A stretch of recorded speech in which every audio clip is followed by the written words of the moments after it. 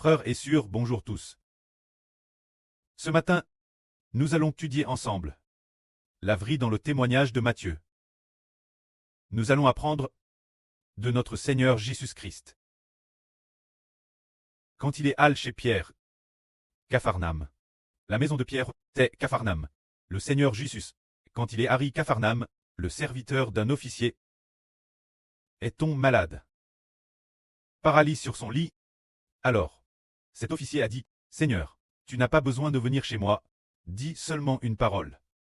Et cela permettra, mon serviteur de guérir. » Et alors, le serviteur de cet officier, le Seigneur l'a guéri. Une seule parole. La guéri. Ce moment-là, le Seigneur Jésus-Christ est dans la maison de Pierre. La belle œuvre de Pierre avait une forte fièvre. Le Seigneur Jésus a touché avec sa main la main de la belle œuvre de Pierre. Ce moment-là, la belle œuvre de Pierre, sa fièvre est tombe. La fièvre t'en tombe. Elle cesse immédiatement. Mise servir le Seigneur Jésus. Voyons. Cette belle œuvre de Pierre, comment se fait-il que que le Seigneur Jésus a touché sa main, sa fièvre est tombe? Comment cela a-t-il pu être si rapide? En un instant, en un clin d'œil, elle est tombe.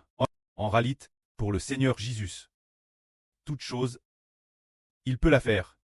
Parce que la puissance du précleste est en le Seigneur Jésus-Christ. L'Éternel le précleste. Sa puissance pour sauver les hommes. Sa puissance pour donner aux hommes la vie éternelle est dans le Seigneur. C'est-à-dire, la puissance du vrai Dieu est dans le Seigneur. Pour le vrai Dieu, tout ce qu'il fait s'appelle un miracle.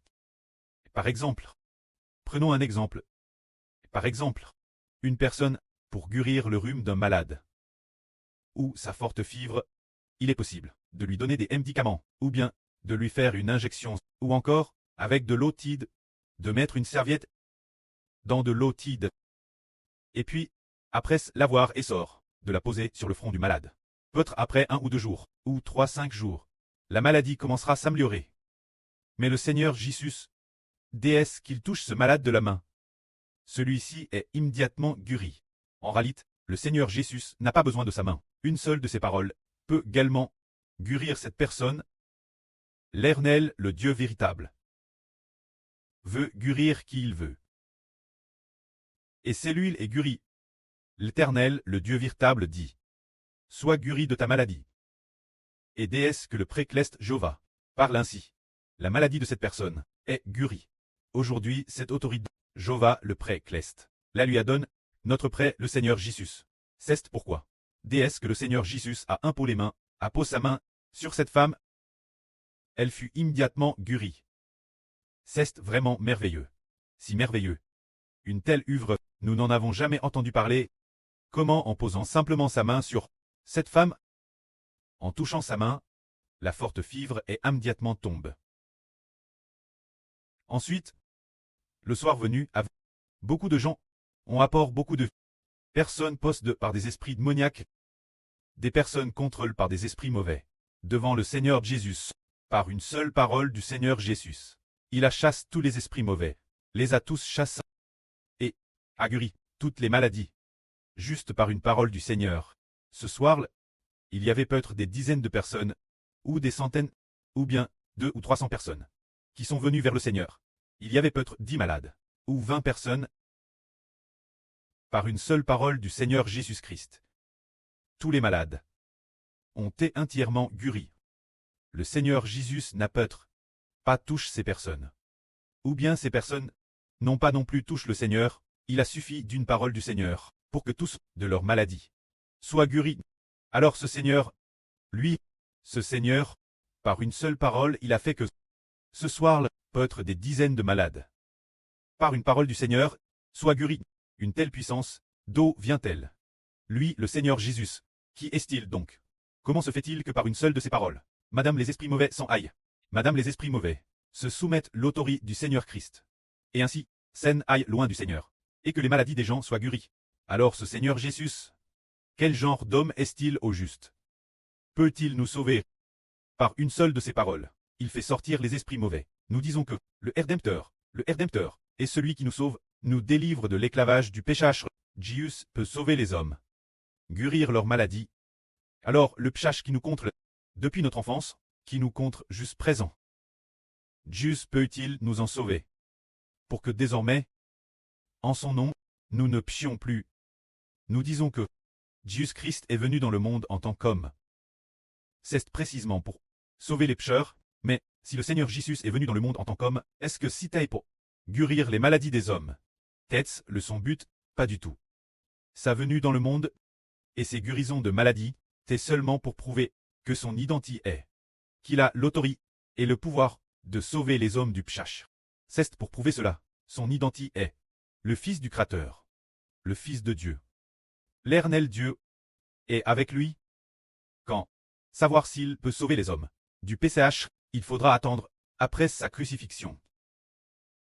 Après sa crucifixion, Jéhovah Dieu donne son esprit, l'esprit de Dieu, au Seigneur, pour que le Seigneur donne l'esprit de Dieu, quiconque, et celui-ci reçoit le Saint-Esprit. Si le Seigneur Jésus-Christ, lorsqu'il fut crucifié, a le pouvoir de nous faire désormais, par son nom, ne plus pécher, et a aussi le pouvoir, par son nom, d'obtenir une vie éternelle.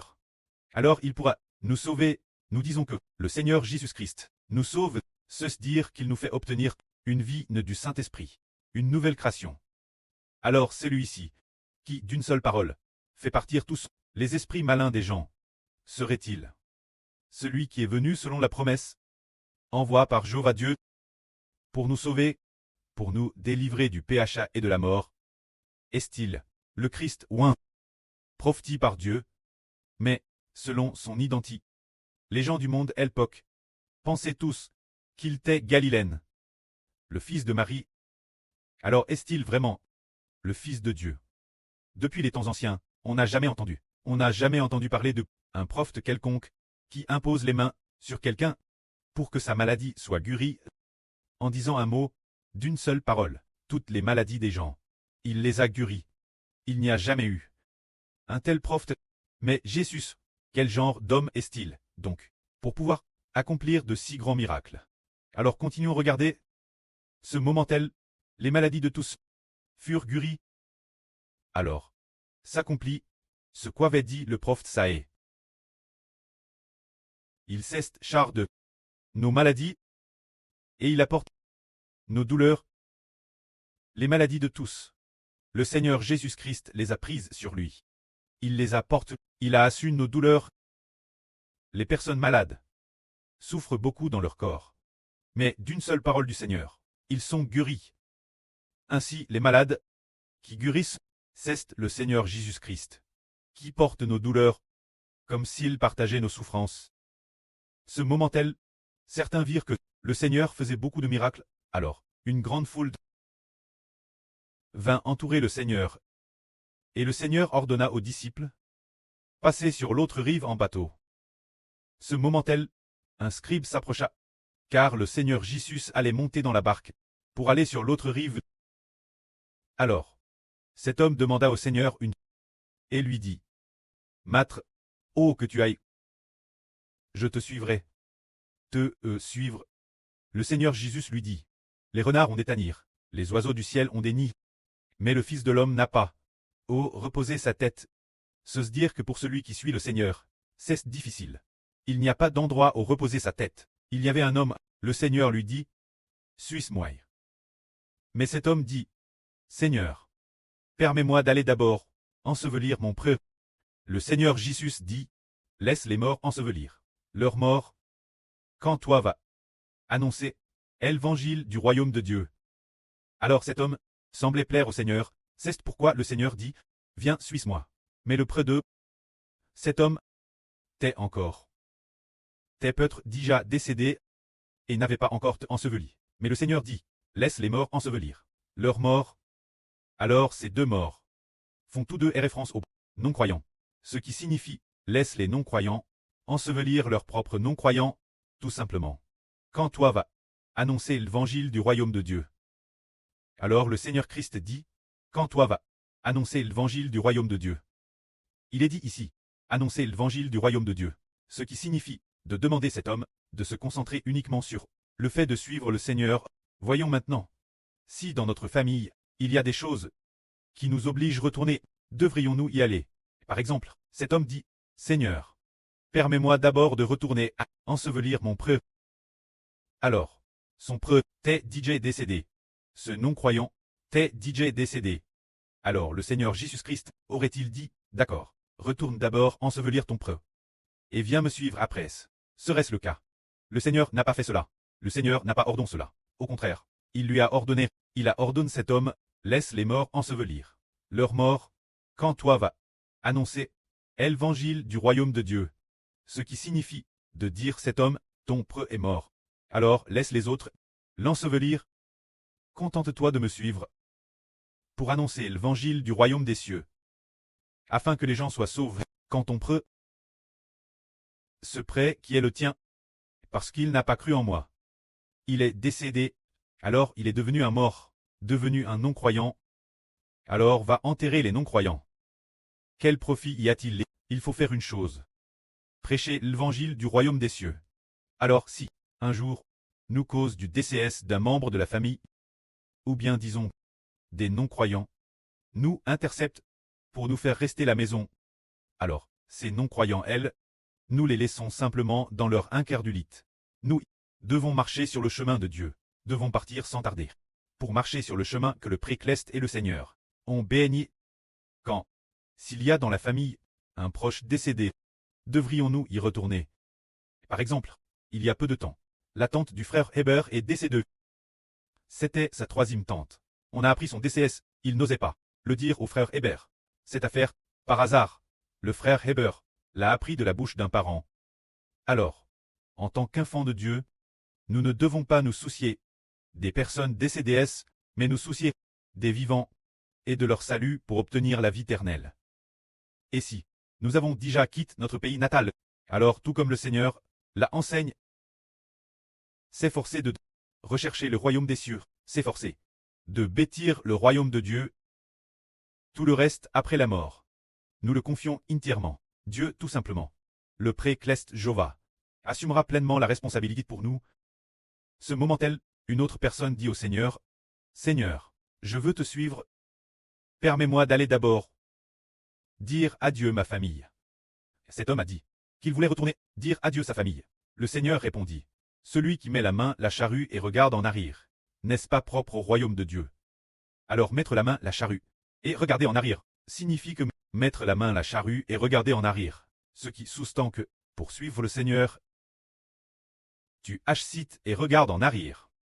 Le Seigneur l'appelle, le suivre, mais lui hésitant dit, « Laisse-moi d'abord retourner. D'abord retourner dire adieu ma famille. » Alors le Seigneur dit qu'il n'est pas digne du royaume de Dieu, ce qui signifie qu'il n'est pas digne de recevoir l'amour du Seigneur Christ, parce que cet homme met la main la charrue et regarde en arrière, ce qui signifie que, bien que suivre le Seigneur soit si noble et juste, pourtant il ne peut se détacher de sa famille. Ne pas pouvoir se détacher de sa famille, c'est comme mettre la main la charrue et regarder en arrière. Ici, cet homme dit, « Seigneur, permets-moi d'aller d'abord dire adieu ma famille. » Alors dire adieu sa famille, c'est alors avoir du mal quitter sa famille. C'est alors mettre la main la charrue et regarder en arrière. Mais mettre la main la charrue et regarder en avant. Regarder en avant. Vers qui regarde-t-on? C'est regarder vers le Seigneur Jésus-Christ. Alors, si une personne regarde vers le Seigneur Christ, regarde vers le Seigneur Jésus-Christ, ne regarde plus vers sa famille, mais que son regard se tourne vers l'avant, vers la direction du Seigneur Jésus-Christ, en regardant le Seigneur Jésus, en suivant le Seigneur Jésus, et puis, ne regarde plus en arrière, alors cette personne est celui qui met la main la charrue, et regarde en avant, elle est alors digne du royaume des cieux. Le Seigneur Jésus a dit, celui qui met la main la charrue et regarde en arrière. Cela signifie que l'on veut suivre le Seigneur, mais que l'on aime sa famille, plus que le Seigneur. C'est pourquoi le Seigneur a dit, qu'elle n'est pas digne du royaume des cieux, qu'elle n'est pas digne de recevoir l'amour du Seigneur Christ. Que la gloire soit rendue auprès et au Seigneur. Amen.